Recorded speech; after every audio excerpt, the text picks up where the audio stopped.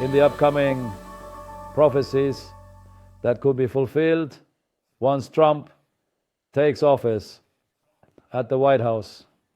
That's why we're talking about the prophecies being fulfilled with Trump in the White House. That's what we will be talking about. That's the task on the table, right?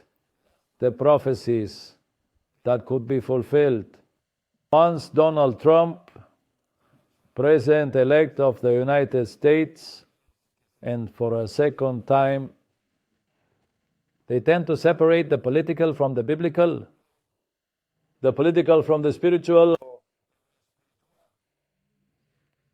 considering that governments, international institutions like the United Nations, let's say the United Nations Security Councils, or the European Union, for example, and now BRICS, they are merely earthly matters, without connection to divine purposes. Personally, I believe that perception is deeply mistaken. History shows that the political actions of men and nations are not separate from God's redemptive plans. On the contrary, they often become an integral part of the fulfillment of biblical prophecies, even when it is not very evident from the beginning. And the Torah, the Tanakh, is full, completely full of examples where God uses kingdoms, God uses rulers and political decisions to carry forward His will.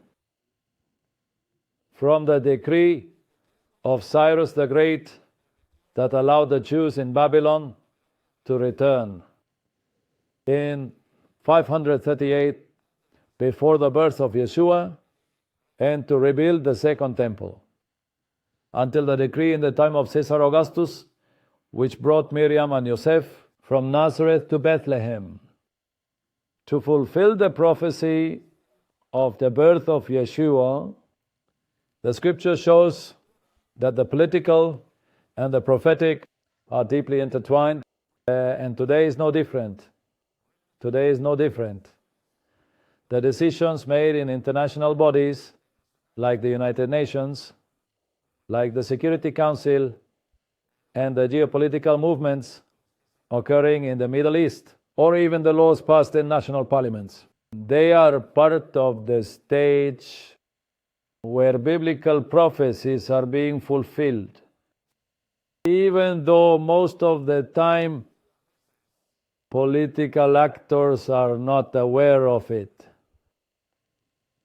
As we saw in the previous class, for example, the creation of the modern state of Israel in 1948 and the recognition of Jerusalem as its capital in recent years have political roots. The matter of Jerusalem, especially the recognition of the city as the capital of Israel, also has tremendous political implications, as we saw in the previous class.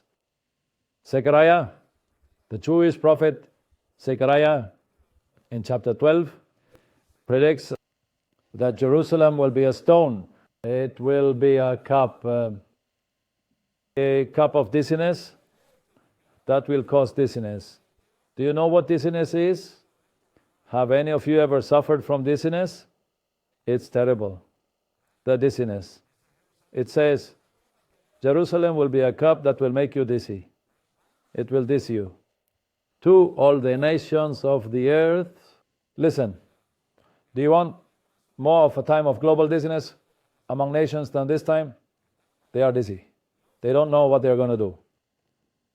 And the alliances and conflicts that we are currently seeing in the Middle East, moreover, what's happening behind the scenes with Iran, with Russia, with China, and all the nations mentioned in Ezekiel chapters 38 and 39 related to Gog and Magog, which in fact we discussed here last year, a prophetic marathon on Ezekiel chapters 38 and 39 is increasingly aligning with the biblical prophecies concerning all these events. What I'm telling you is this: the Bible not only narrates the history of the Israeli people, it includes other nations as part of God's plan as well.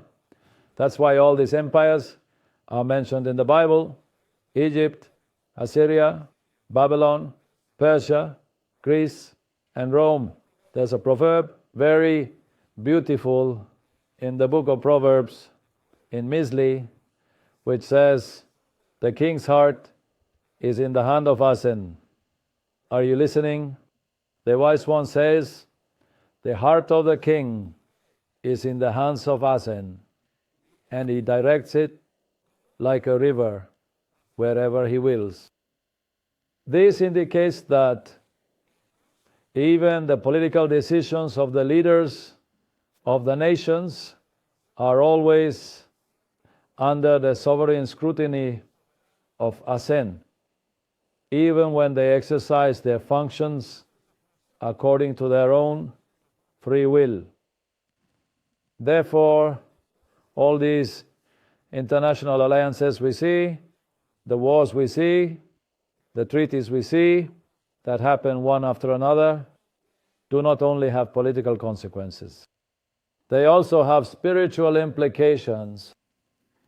The scriptures describe how the nations will be judged for the way they treated Israel. Read Joel chapter 3. Read the eschatological discourse of our Master as it appears in Matthew chapters 24 and 25.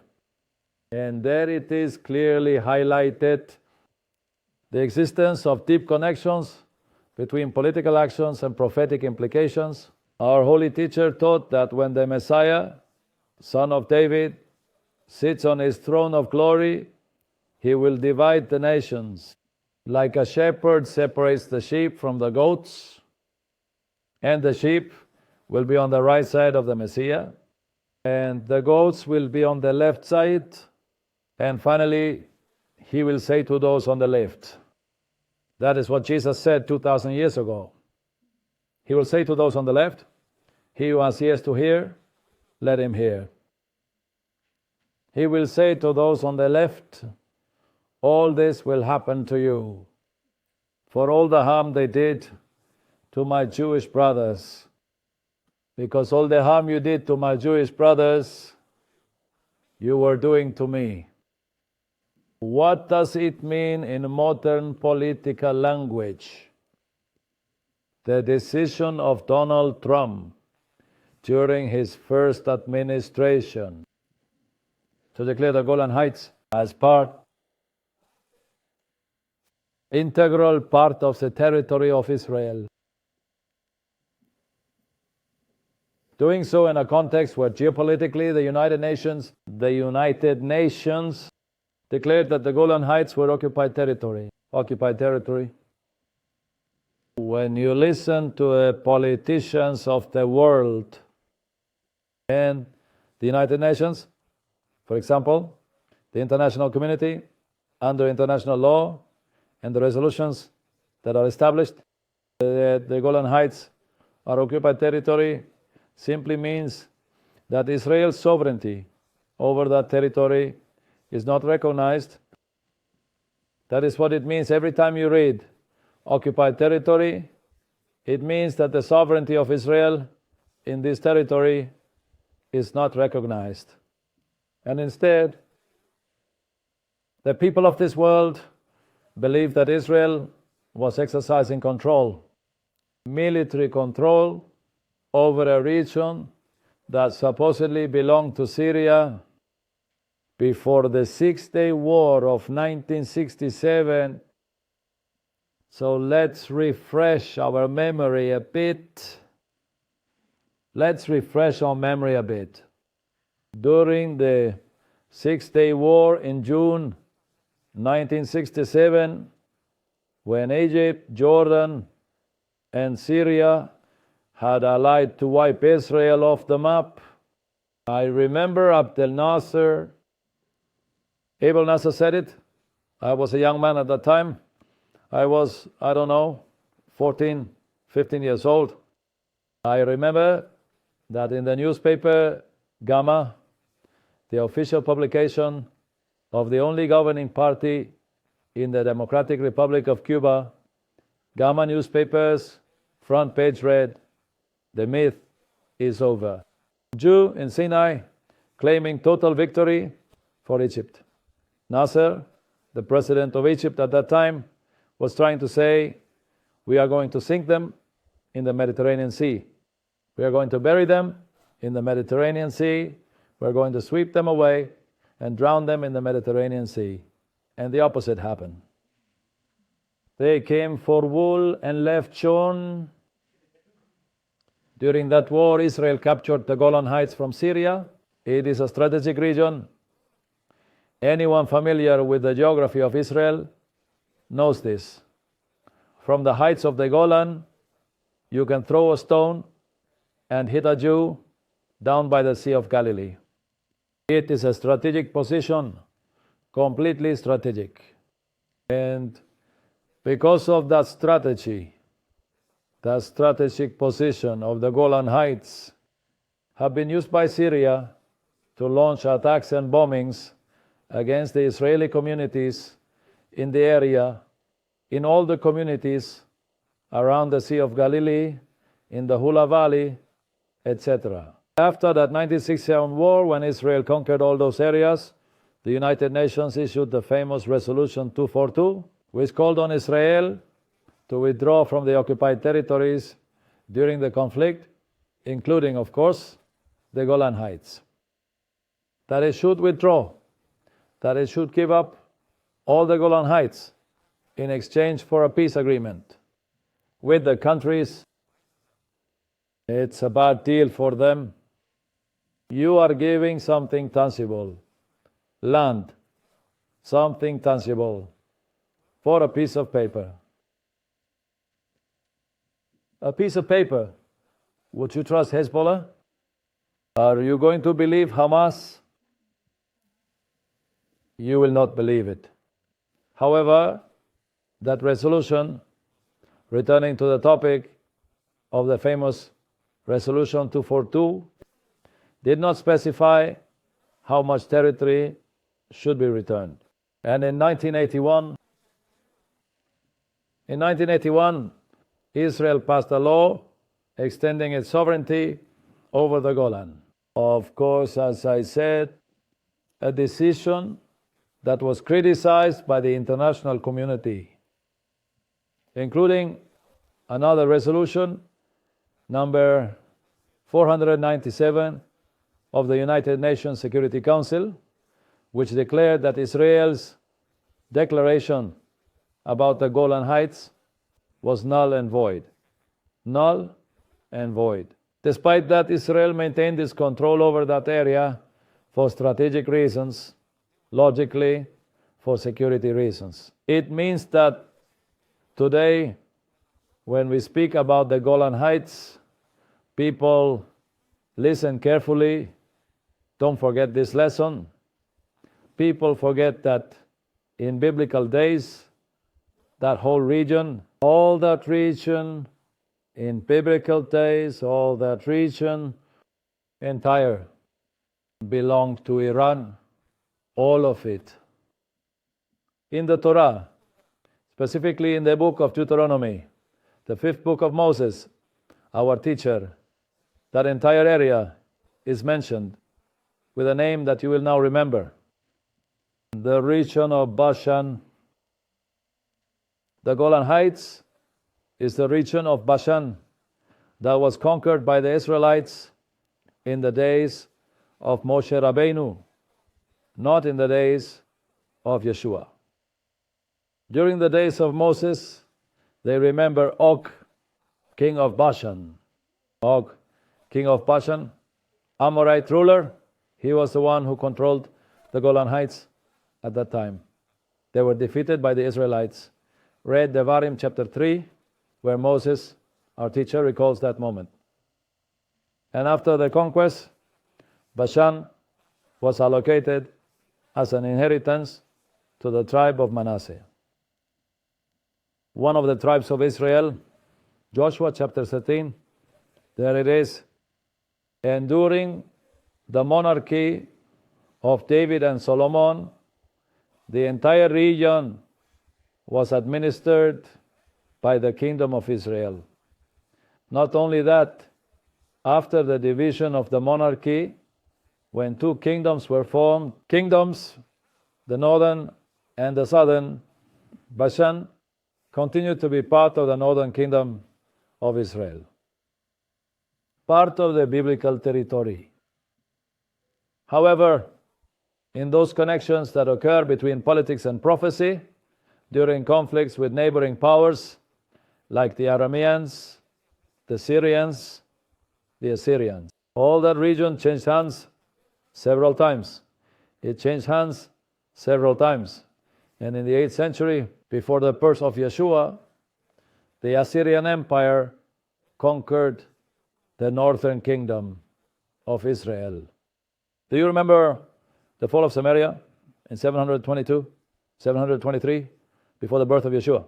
It conquered the entire region, including Bashan. And that entire region came under Assyrian control, not Syrian, Assyrian, and later Babylonian, thus separating it from Israeli control, from Israeli dominion over those lands. During the Second Temple period, after the return of the Jews from the Babylonian exile, although we had influence in that area, it was not enough to have complete control over that region.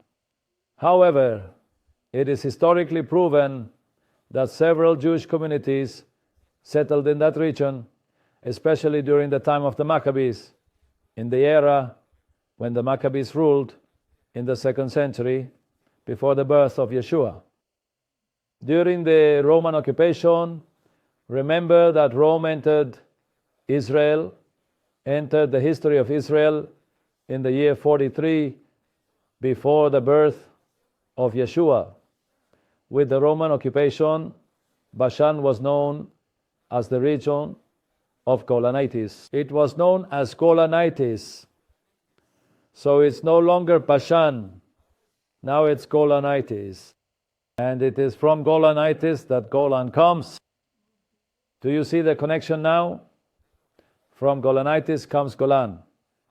Although there were predominantly Jewish communities in that area during the Talmudic era, in the Talmudic period, when the great academies of Surah and others in Babylon were prominent. 3, 4, 5, 6. The Golan had a Jewish presence throughout that region. How do we know this? Because archaeological excavations have revealed the existence of synagogues in that area. And wherever there is a synagogue, there is a Jewish community behind it. If you discover a church, it's because there is a Christian community. If you discover a mosque, it's because there is a Muslim community. But if you discover a synagogue, it's because there was a Jewish community living in that area for several centuries. But with the expansion of Christianity in the Byzantine period, starting from the 5th century, the Jewish influence in that region logically diminished progressively. And it is not until the resurrection of the modern state of Israel in 1948 that they listened to what I just said. It wasn't until the resurrection of the modern state of Israel in 1948 that the Golan Heights came under Syrian control. According to the borders defined by the British and French mandate in 1923. France and Britain were the ones who designated that place for Syria.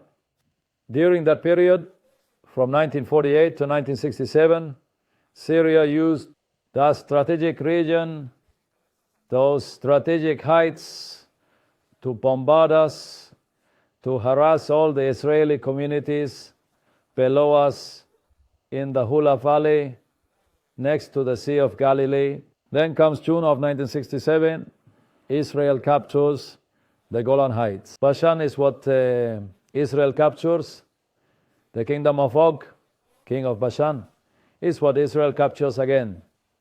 Israel, now called the Golan Heights, considers it a strategic part of modern Israel. And in 1981, Israel extended its sovereignty over the Golan through the Golan Heights Law, although, of course, it was not recognized internationally. What is the historical reality then? The historical reality is that although the Golan Heights have not always been under the control of Israel, they have a complete historical connection with the people of Israel since the days of Moses. We are talking about 3,500 years. There is a historical connection between the Golan Heights and the Jewish people for 3,500 years. More than 3 millennia since biblical times. And that region of Bashan, as I said, was assigned to which tribe? I remind you, Manasseh, the tribe of Manasseh, and the biblical and archaeological texts confirm the Jewish presence there.